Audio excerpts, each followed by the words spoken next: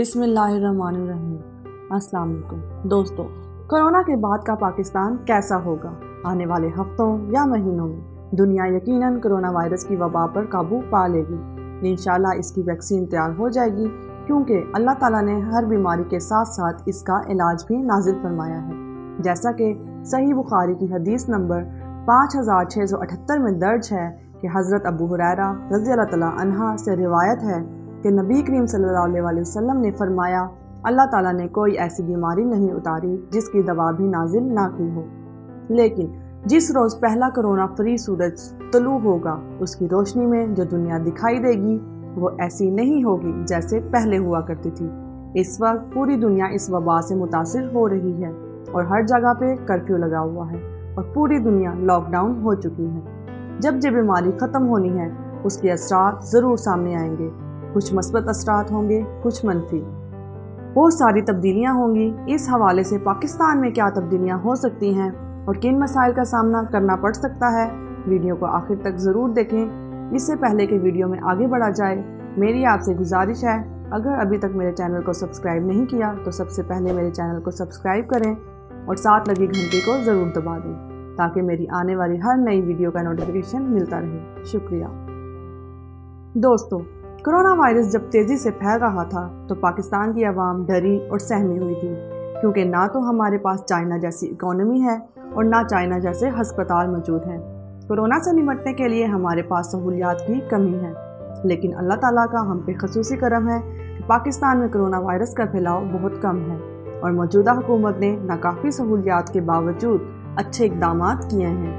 اگرچہ پوری دنیا میں ہی سرمایہ دارانہ نظام کی بدولت صحت کا شعبہ نجی اداروں کے پاس ہے، یہی وجہ ہے آج اس وبا سے نمٹنے کے لیے امریکہ، برطانیہ، فرانس اور جرمنی جیسے ملکوں کے پاس بھی مطلوبہ تعداد میں وینٹیلیٹرز موجود نہیں ہیں۔ جب یہ وبا گزر جائے گی تو دنیا میں صحت کے حوالے سے بھی FATF جیسے سخت قواعد و ضوابط بننے جا رہی ہیں، جو ترقی پذیر ملکوں کو مجبور کیا جائے گا کہ وہ صحت کا شعبہ مضبوط بنائیں۔ پاکستان میں گزشتہ سال ڈینگی کی وبا نے بڑے پیمانے پر افراتفری پھیلائی تھی، مگر حکومت نے اس کو کنٹرول کرنے کے لیے کوئی حکمت عملی مرتب نہیں کی تھی۔ آج کے بعد ایسا نہیں ہوگا۔ جو حکومتیں وبا پر کنٹرول نہیں کر سکیں گی ان پر اسی طرح کی پابندیاں عائد کی جا سکیں گی، جس طرح ایٹمی ہتھیاروں کی تیاری یا پھر انسانی حقوق کی خلاف ورزی پر لگائی جاتی ہیں۔ کرونا وائرس کے بعد پاکستان کا صحت کا نظام بہتر ہونے جا رہا ہے۔ اس وقت پاکستان کے تمام تعلیمی ادارے بند ہیں، امتحانات ملتوی ہو چکے ہیں۔ کرونا وائرس کے بعد سب سے بڑا چیلنج یہ بھی ہوگا کہ ان بچوں کا نصاب کیسے پورا کیا جائے، کہ جن کے امتحانات نہیں ہو سکے ان کا تعلیمی سال ضائع ہونے سے کیسے بچایا جا سکتا ہے۔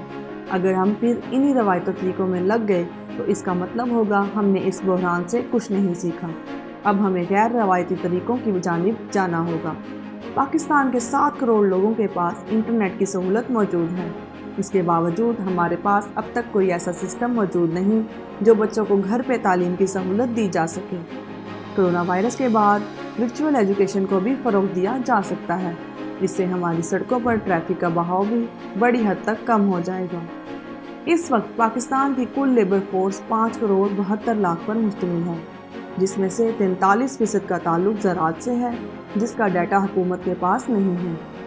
20.3% جس کا تعلق صنعت سے ہے، صرف اس کا ڈیٹا حکومت کے پاس ہے، جبکہ 36.6% دیگر شعبوں میں کام کرنے والوں میں سے بھی بہت محدود تعداد کا انفرادی ڈیٹا حکومت کے پاس ہے۔ اس لیے اگر کوئی ایسی ہنگامی صورتحال پیدا ہو جائے تو حکومت کے لیے سب سے مشکل یہ پیدا ہو جاتی ہے کہ ان لوگوں کے چولہے جلانے کے لیے حکومت کی امداد کی ضرورت ہوگی اور وہ کیسے دی جائے گی۔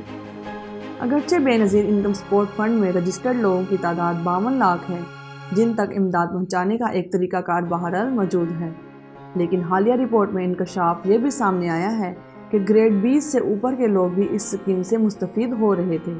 اس لیے حکومت کو کوئی ایسا طریقہ کار بھی اپنانا پڑے گا جس کے ذریعے وہ کسی بھی ہنگامی صورتحال میں امداد صرف متاثرین تک پہنچا سکیں۔ قدرتی آفات اور وباؤں سے نمٹنے کے ادارے 2005 کے زلزلے کے بعد وفاقی اور صوبائی سطح پر بنا دیے گئے، مگر ابھی تک وہ مؤثر ثابت نہیں ہو سکے، جس کی ایک بڑی مثال تفتان میں ہونے والی بد نظمی ہے۔ اس وبا سے ایک سبق یہ بھی ملا ہے